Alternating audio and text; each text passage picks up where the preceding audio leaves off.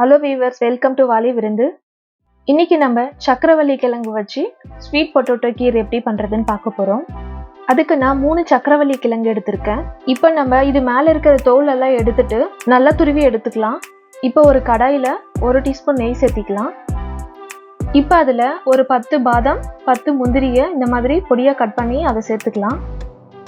அது பாதி ரோஸ்ட் ஆனதும் அதில் ஒரு 14 நம்பர் உலர் திராட்சை சேர்த்திக்கலாம். இப்போ இது எல்லாத்தையும் நல்லா ரோஸ்ட் பண்ணி எடுத்து வச்சுக்கலாம். இப்போ 1 டீஸ்பூன் நெய் சேர்த்து துருவி வச்சிருக்கிற சக்கரவள்ளி கிழங்க சேர்த்திக்கலாம். நான் 2 கப் சேர்த்திருக்கேன்.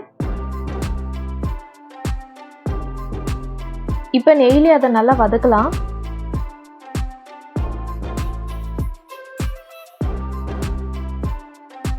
இப்போ இது நல்லா வதங்கிடுச்சு. 2 கப் பால் சேர்த்திக்கலாம்.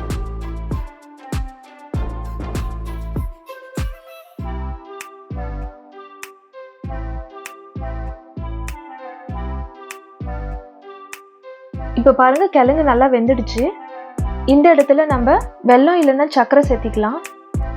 வெள்ளத்தில் தூசியெல்லாம் இருக்குன்றதுனால நான் 1 கப் வெல்லத்தை தண்ணி ஊற்றி அதை நல்லா கொஞ்ச நேரம் கொதிக்க விட்டு வெள்ளமெல்லாம் கரைஞ்சதுக்கப்புறம் வடி போட்டு சேர்த்திக்கலாம்.